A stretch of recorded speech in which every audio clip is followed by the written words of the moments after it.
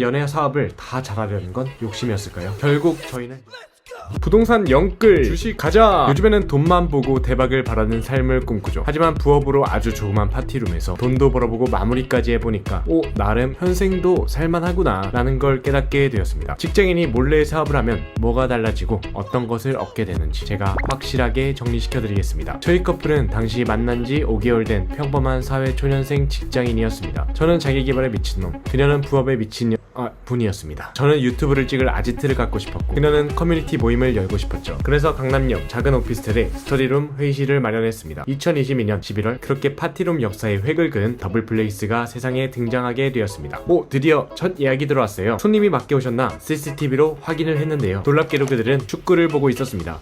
뭐지? 하라는 회의는 안 하고? 저희는 그날부로 작전을 병행했죠. 파티룸으로 가자. 낡은 오피스텔을 파티룸으로 꾸미는 건 쉽지 않았습니다. 보통 인테리어는 이렇잖아요. 1번 인테리어 굴격을 짠다. 2번 데코레이션을 한다. 3번 소품으로 마무리를 한다. 하지만 저희 작전은 다음과 같았습니다. 1번 있으면 안 되는 것을 가린다. 2번 더러운 것을 가린다. 3번 소품으로 시선을 분산한다. 저희 둘 다 자취를 하며 월급을 받아 근근하게 살아가는 직장인이라 큰 돈을 투자하긴 무서웠고 당근과 집의 물건들을 최대한 활용을 했습니다. 집에 있는 가구들을 가져오고 직접 그린 그림으로 벽을 장식하기도 했죠. 당근에서 싸게 구한 의자를 3개씩 들고 지하철 오가며 오전에는 출근, 저녁에는 파티룸 인테리어에 매진했습니다. 저희는 차가 없어서 젊음밖에 없습니다. 당근 약속을 3개씩 한 번에 잡고 택시를 불렀습니다. 그렇게 120만 원이라는 최소 비용으로 초기 인테리어를 마칠 수 있었습니다. 그런데 바로 다음 달 매출 무려 400만 원이나 나와버렸습니다. 저희 파티룸은 럭셔리하거나 화려하지 않았지만 그래도 우리가 줄 수 있는 것이 있었습니다. 쥐어 짜내다 보니까 그냥 있었습니다. 일단 변화를 계속 시도했어요. 사진도 바꾸고 제목도 바꾸고 상세 페이지도 바꾸고 저희가 쓴 오픈 특가, 강남역 3분 등의 키워드를 다른 파티룸에서도 따라하더라고요. 그리고 다양한 테마를 준비했어요. 크리스마스, 해피 뉴 이어, 할로윈, 생일 축하, 축구 시청, 아이돌 공연 시청, 강의장, 동호회 술모임 등등 그에 맞는 소품들을 계속 준비했어요. 영혼까지 끌어모아서 친절하려고 노력했어요. 단골들에게 서비스를 드리고 영혼까지 침투하려고 했죠. 있어 보이기 위해 나름 컬러를 신경 썼어요. 비싼 건 못 사도 컬러는 맞출 수 있잖아요. 필요한 그림 실력으로 간판도 직접 제작해보았답니다. 3만원 정도 들었던 것 같아요. 초반에는 예약이 너무 많아서 퇴근하고 하루도 안 쉬고 청소하러 갔던 것 같아요. 크리스마스 때는 예약이 3개씩 겹쳐서 데이트도 못하고 청소만 3번이나 했습니다. 수많은 고객님들이 오고 가며 저희는 경험치를 많이 쌓았고 자동화에 매진하기 시작했습니다. 그렇게 자동으로 월 수익이 딱딱 꽂히게 되니 마음이 참 든든하더군요. 와, 이렇게 몇 개만 차리면 회사 안 다녀도 되겠다. 서울 아파트 사는 거 아니야? 하지만 기쁨도 잠시, 매출이 조금씩 줄어들더군요. 파티룸 사업은 비성수기가 길고 그 시기가 정말 힘들다는 점을 깨닫게 되었습니다. 파티룸 단톡방에는 곡소리가 아우성을 쳤죠. 이는 마치 주식시장과 같았습니다. 주식이 오를 때는 모두가 축제지만 내릴 때는 여기저기 곡소리가 들리는 것처럼 말이죠. 잠깐, 주식의 고수는 누군가요? 그들은 한순간 돈을 버는 사람이 아니라 살아남는 사람이라는 말 한 번쯤은 들어보셨을 겁니다. 저희는 그래서 일단 버티기로 마음을 먹었죠. 살아남는 사람이 이긴다. 다행히 주말에는 예약이 항상 차 있었기 때문에 평일이 문제였는데요. 저희는 퇴근 후 시간에 2개의 동호회 모임을 열었습니다. 첫 번째는 그림을 그리는 모임, 두 번째는 책을 읽는 모임. 장소는 저희 파티룸에서 진행했죠. 비슷한 직장인분들과 퇴근하고 만나서 그림을 그리고 때론 책을 읽으며 인사이트를 나누게 되었습니다. 사업하는 분, 직장인, 프리랜서 등등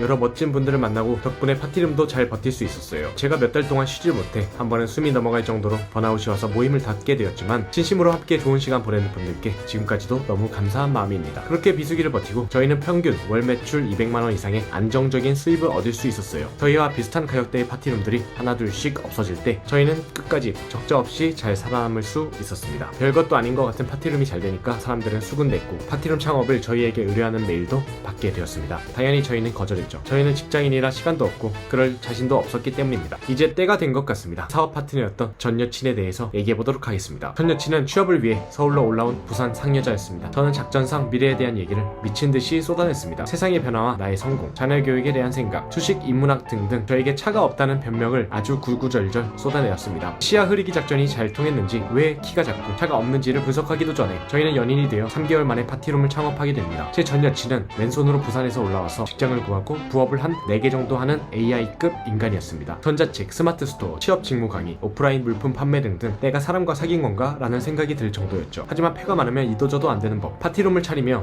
전 여친은 몇 가지 강점에만 집중하게 되었습니다. 스마트 스토어, 물품 판매와 같은 단기적인 수익보다 강의와 컨텐츠 그리고 사업에 포커스를 두어 커리어 성장과 삶의 스토리라인에 더욱더 집중하게 되었습니다. 그녀는 정말 저한테 큰 영감과 행복을 준 소중한 사람이었습니다. 하지만 연애 사업을 다 잘하려는 건 욕심이었을까요? 결국 저희는 연애를 포기하고 끝내 결혼을 하게 됩니다.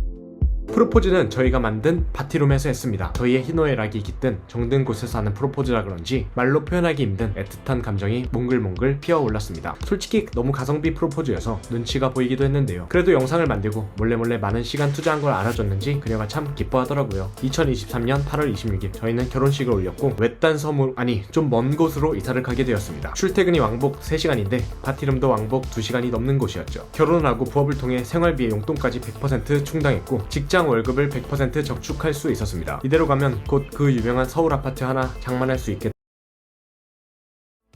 저희는 매일 마라톤 같은 출퇴근길과 부업에 지쳐 매일 쓰러지기 일보 직전이었습니다. 저는 업무가 몸을 쓰는 3D 업종이어서 그런지 너무 피곤해서 다크서클이 발끝은 너무 심하고 한 무릎까지 내려왔습니다. 파티룸 시장은 비수기에 다시 접어들었고 우리의 몸과 마음은 함께 조금씩 하얀 곡선을 그리게 되었습니다. 물론 회색망한 아이디어는 많았습니다. 프리랜서 강사 강의 연계, 강남 학부모들 쉼터, 거해 공부방 등등 여러가지가 많았죠. 하지만 몸이 너무 지치니까 제 인생과 우리의 미래에 대해서 다시 한번 끊임없이 생각해보게 되었습니다. 월 100, 200만원 있다고 내 삶에 무슨 발전이 있는 건가? 파티룸을 3-4개씩 늘린다고 하더라도 경제적 자유를 이루더라도 맨날 유지보수 관리만 하는 삶이 과연 즐거울까? 라는 고민에 빠지게 되었습니다. SNS도 싫고 남들 다 가는 여행도 싫고 그저 계속 끊임없이 배우는 삶을 살고 싶었습니다. 직장과 투자 같은 자동소득에 의지하는 안락한 삶보다는 제가 직접 만든 걸로 먹고 살고 공부할 수 있는 그런 인생이 살고 싶었습니다. 사주기지만 그래서 프로그래밍과 유튜브 컨텐츠에 전념하게 되었죠. 그리고 더 큰 미래를 위해 저희는 파티룸을 깔끔하게 접기로 했습니다. 밖에서 고생하고 있는 수많은 소상공인 분들을 뒤로하고 저희 작은 파티룸은 번데기 앞에서 주름 잡는 꼴이었을 겁니다. 하지만 여러분이 직장인이라면 반드시 가치를 창출할 수 있는 작은 사업을 몰래라도 꼭 해보시길 바라는 마음입니다. 분명 아무것도 없는 텅 빈 방이었는데 우리의 땀과 아이디어를 담은 공간이 되어 일면식도 없는 고객들을 모셔서 돈을 벌다니.